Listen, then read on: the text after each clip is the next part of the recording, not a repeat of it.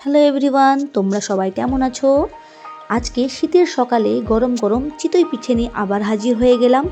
সেদিন আমি পুরো ভিডিওটা দিইনি, অনেকে রিকোয়েস্ট করেছে যে ফুল ভিডিওটা যেন দেওয়া হয়। দেখো, আমি চালের আটা নিয়েছি, ওতে একটু লবণ দিয়ে দিয়েছি, এখানে খোলা চাপিয়ে নিলাম।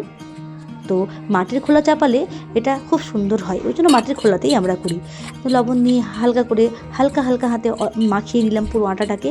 তারপরে অল্প অল্প একটু জল দিলাম, দিয়ে ওটাকে মাখাচ্ছি। দেখো কেমন করে, এরকম করে কিন্তু একটু ধৈর্য ধরে অল্প অল্প করে পুরো আটাটাকে মাখাতে হবে, ওই অল্প অল্প জল দিয়ে। ঠিক আছে, যখন এটা মাখা দেখবা ভালো করে মাখা হয়ে গেছে, একটু রেখে দিতে হবে।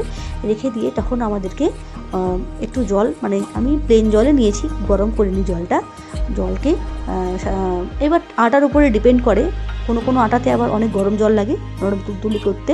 আমাদের এই চালের আটাটা কিন্তু ঠান্ডা জলে আমি করেছি, পুরোটা ঠান্ডা জলে নিলাম। নিয়ে দেখো আমি অল্প অল্প জল নিচ্ছি আর ওটাকে নেড়ে নিচ্ছি, কারণ একসঙ্গে যদি আমি জল ইউজ করি তাহলে কিন্তু ব্যাটারটা এত ভালো হবে না, আর চিতইগুলোও ফ্লাফি হবে না।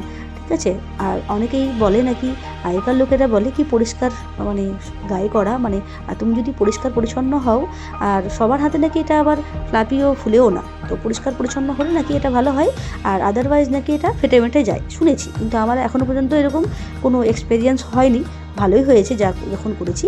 দেখো আমি ব্যাটারটাকে কীভাবে আমি গুলে নিচ্ছি, ভালো করে গুলে নিচ্ছি, অল্প অল্প জল দিচ্ছি আর গুলে নিচ্ছি অল্প অল্প জল।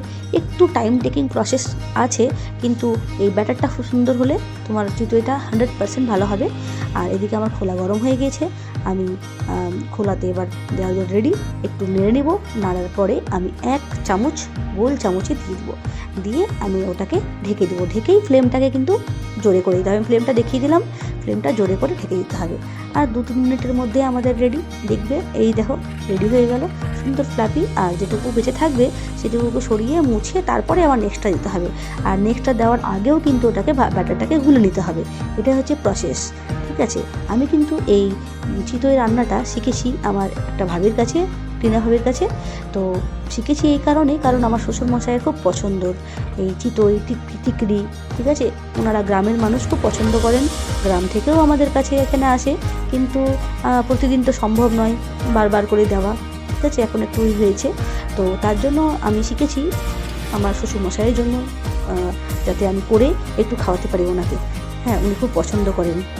ঠিক আছে, আর শিক্ষা তো সবার কাছেই নেওয়া যায়, আমি প্রত্যেকের কাছেই ছোটো ছোটো জিনিস শিখি এবং সেটাকে অ্যাপ্লাই করি, কারণ ছোট বড় সবার কাছেই আমরা কিন্তু শিক্ষা নিতে পারি।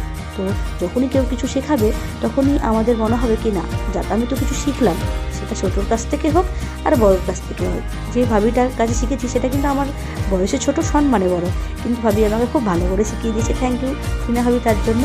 আমি হাতে খড়ি রান্নাটা হচ্ছে শাশুড়ির কাছেই শেখা। তো যাই হোক, কেমন হয়েছে বলবা। Thank you.